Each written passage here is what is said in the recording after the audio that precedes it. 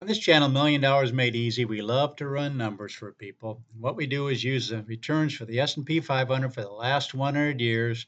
We figure it's not going to do any worse than the Depression years or the decade of the 2000s, or any better than the 80s, 90s, and 20 teens, where the market was just straight up, all except for 1 year in that each of the decades. I recently saw on another YouTube channel that somebody asked a question. They said, "I have $600,000. I'm going to be getting Social Security. Is that enough to retire when he's 55 right now and he wants to retire? He's going to start taking his Social Security at age 62 and he's going to get 1,650. As it says, his expenses are really low. He only has expenses of 4,000 a month. He wants to know if he can retire, what the numbers might show." So I figured I would run these numbers also. We usually run a 70-30 split for asset allocation. We don't leave it all in the S&P 500. So I'm going to go ahead and do 70-30 split, meaning 70% stays in the S&P 500 because you want the gain that you're going to get from that. But 30% goes over to a cash reserve account, some kind of more liquid account that you can take money out of that, the 48,000 when the market's going down, because you don't want to take money out of the S&P 500 when the market's going down, because then you'd be selling low.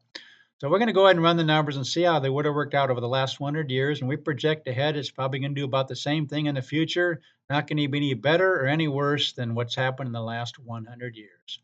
In this case, it looks like 4% of the time you would have run out of money in the last 100 years, given this scenario. But that's if you don't take a COLA.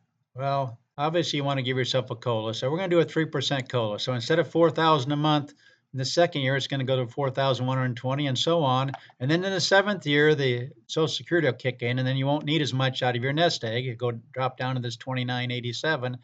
Uh, Again, we're looking at the year 2000, 2001. Let's go ahead and update this. See how many times you run out of money in the last 100 years with a 3% COLA. 19% of the time.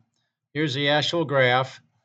During the Depression years, a little bit around 1966 or along in there, maybe around 1970 or so, and also in the year 2000. Most times you'd be just fine. What are the actual percentages? 81% success rate for a 20-year period and 70% success rate for a 30-year period. So, can you retire? Yeah, if you can live with an 81% possibility that your money will last, but a 19% that it won't last. 18.5 right here. What could you do differently? You could take less of a COLA. You could cut down to 37.50. Let's do both of those scenarios. Cut 37.50, 2% COLA, 45,000 down to 45,900. See where the numbers might lead us here.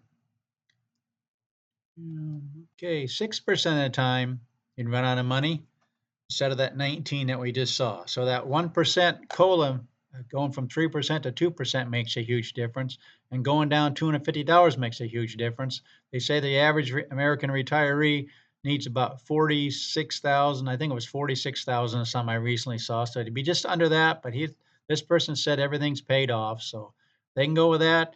Then they'd have a much better chance of 93% success rate, 93.8% success rate. But that's what we do on this channel. We run numbers for people.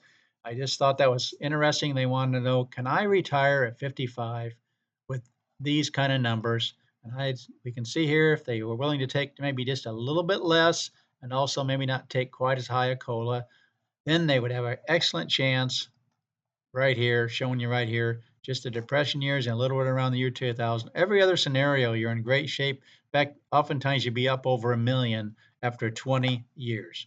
But that's what we do on this channel. We run numbers for people. Please consider subscribing. Please sharing. Please like the video. If you want me to run numbers for you, give me your beginning balance. In this case, how much you want to withdraw a month. If you want to give yourself a COLA, which we highly recommend. Again, I'm not a financial advisor, but I just love running numbers for people. Please like the video and thanks for watching.